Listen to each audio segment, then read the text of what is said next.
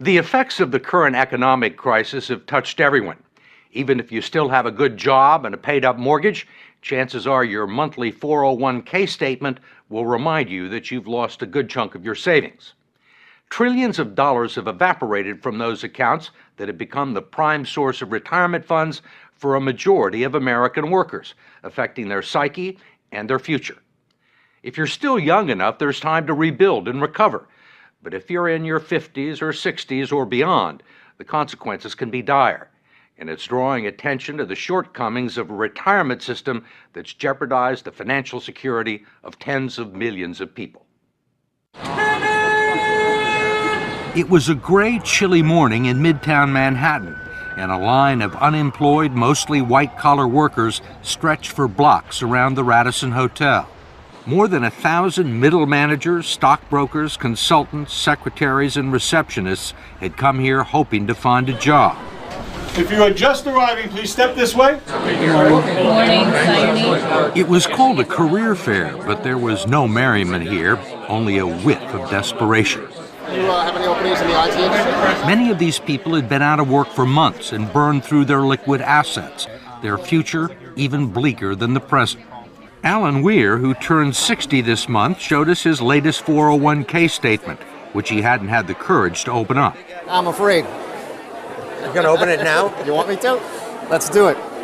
There's good reason for his trepidation. Nearly half of his life savings have vanished in a matter of months. It went down again.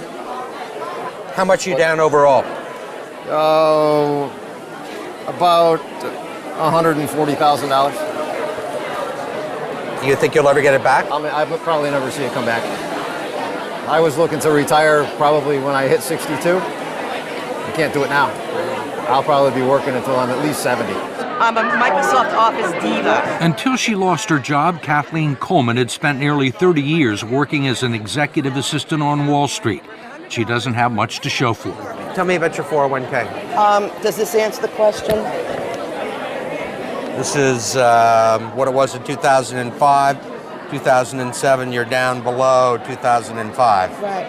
Another one went down almost $40,000. One was Right. 88,000, and then it went down to like 50. How old are you? 54, and I live alone. I don't have any children. I've been a career girl all my life, and it's been a great career, and I don't deserve this. I'm sorry. It's all right. Have you had any nibbles? All the nibbles I've had, I get beat out by top models who can type. And I have experience and dedication and loyalty, and I can make any boss shine. I can. If you're out there, I'll relocate anywhere for you. What, psychologically, what does this piece of paper do to you? Oh, it crushes any rest I may get when I'm 65. I'll have to work for the rest of my life.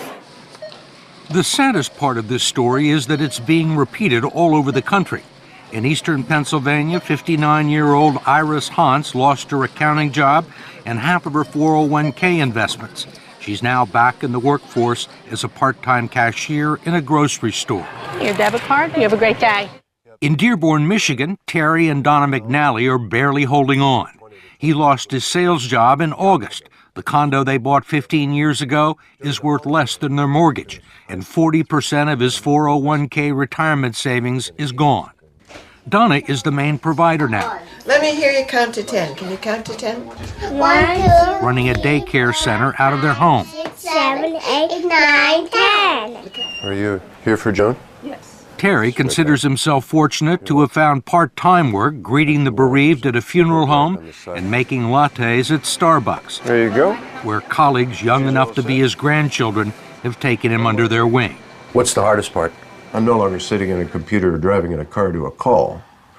You know, suddenly I'm standing for 4 to 6 hours and greeting people or making drinks or trying to learn the process and the food business thing, which is very difficult. It's tough, but I'm proud of him. At his age, to be doing what he's doing. The 401k drop was tremendous, is tremendous at this point in time, and that's where the savings was. So that's our hurt right now. We can't live our vision of our dream of retirement. That's the worst part. Many people can't.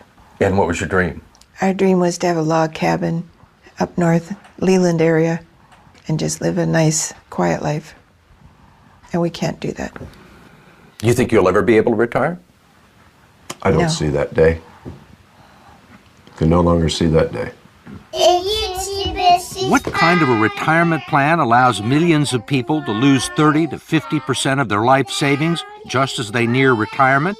David Ray, president of the profit-sharing 401k Council of America and a lobbyist for the 401k industry, says it's one that empowers people to make their own investment decisions. 401k is the absolute best way people can save for retirement. They absolutely are the best retirement vehicle we have. How can you say it's the best available if it has let down tens of millions of people at the time they need the money the most? That's not a 401k problem. That is our entire investment system. This is about the markets went down for everybody. Nobody was saved in the current thunderstorm. Ray says that many people still have more money in their 401ks than they've actually contributed. He says everyone had multiple investment options, including low-yield guaranteed returns, and he believes people who lost money have no one to blame but themselves. In America, it's a society based on freedom and choice and personal responsibility. We need to help them understand these responsibilities and execute them to the best they can. 401k is part of that. There are no guarantees. What about the people who are 63 or 64? A lot of those people were thinking about retiring. Well, and now they aren't. Well, I mean, a lot of them were retired and have to go back into the workforce. Well, but that was not a 401k problem. That's an investment system problem. The markets go up and down, and if those people chose to take equity risk, there was a logical outcome. But in fact, the 401k plans that have become the primary source of retirement income for 60 million Americans were never designed to be retirement plans in the first place. They were created in the late 1970s as a savings plan and tax shelter for ordinary Americans. The idea was that workers would make voluntary contributions and employers would match a portion of them. The taxes would be deferred until the employee reached the age of 59 and a half.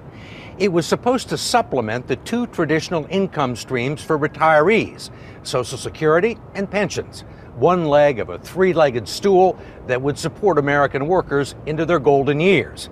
But it didn't turn out that way.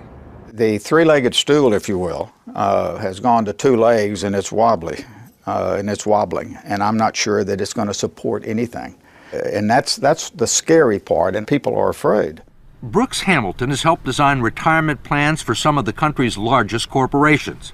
He says 401ks turned out to be so much cheaper than funding pensions that many companies decided to freeze their pension plans and replace them with 401ks.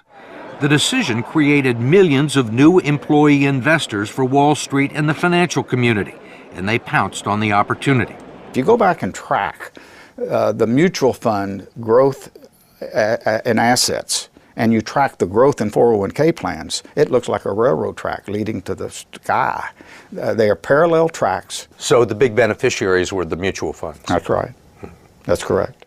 When employers began turning 401ks into retirement plans, the financial community was not shy about promoting them as such. The prospect of trillions of dollars in the hands of unsophisticated investors opened the door for all sorts of potential abuses. The fact is that the typical 401k investor is a financial novice. They don't know a stock from a line. And we give them a list of 20 or 30 mutual funds with really, really powerful names. You know, they sound like, gee, that's where I want to have my money. What are generally the quality of the mutual funds and 401k plans? Mediocre. I'm going to be real honest with you. With half the funds on the list, really dogs, what people would characterize as dogs, shouldn't be on the list to start with. There clearly has been a raid on these funds by the people of Wall Street, and it's cost the savers and the future retirees a lot of money that would otherwise be in their account, independent of the financial collapse. Representative George Miller of California is chairman of the House Committee on Education and Labor and a staunch critic of the 401k industry, especially its practice of deducting more than a dozen undisclosed fees from its clients' 401k accounts. Now you got a bunch of economic wizards jumping in and taking money out of your retirement plan, and they don't want to tell you how much. You can't decipher it in simple English, and they're not interested in disclosing it or having any transparency about it. And most of the people that look at their 401ks have no idea that these fees are being taken out. No. Where would you find it? Where would you find these fees in this prospectus? You can look on any page you want, and when you're all done reading it, and you will find some of the fees and the commissions here, but you won't find them all, and I bet you won't find half of them. There are legal fees, trustee fees, transactional fees, stewardship fees, bookkeeping fees, finder's fees, and the list goes on and on. Miller's committee has heard testimony that they can eat up half the income in some 401k plans over a 30-year span, but he has not been able to stop it. We tried to just put in some disclosure and transparency in these fees, and we felt the full fury of that financial lobbying. David Ray, a lobbyist for the 401k industry, says he favors disclosing the fees, but his partners in the financial industry don't. You think most people know these fees exist? I think they know that there are fees. They don't know exactly how large they are. Why do you think the financial services industry is opposed to fee transparency? I don't know that they're opposed to it. I think the issue is... You don't think they're opposed to it? Well, they want to keep... You're a lobbyist in Washington, right? You know they're opposed to it. George Miller hasn't been able to get a bill to the floor. I think they want to keep the systems as simple and not make changes. They like the way things are, and whenever you push people out of their comfort zones, you know, it's an issue. I mean, they're comfortable with the situation because they're making a ton of money, or they have made a ton of money. Well, and their systems are set up in certain ways. You know, this is going to be a big change. We wanted to ask David Ray, who's been so bullish on 401k plans, one last question about what the future holds for people like Terry and Donna McNally and Kathleen Coleman, who you met at the beginning of this story. Dedicated, loyal, I can be there, there's nothing standing in my way. Thank you. Need a babysitter?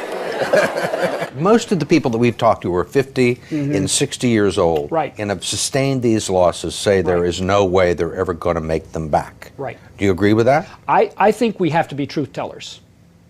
I think that when a person has hit this point and we've had this unfortunate situation, I don't think we can misrepresent what the possibilities are. And the reality is that money's not coming back that they've lost. They can't count on it.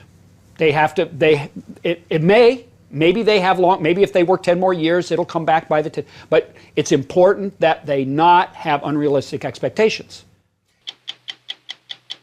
For more information on your 401k, go to 60minutes.com.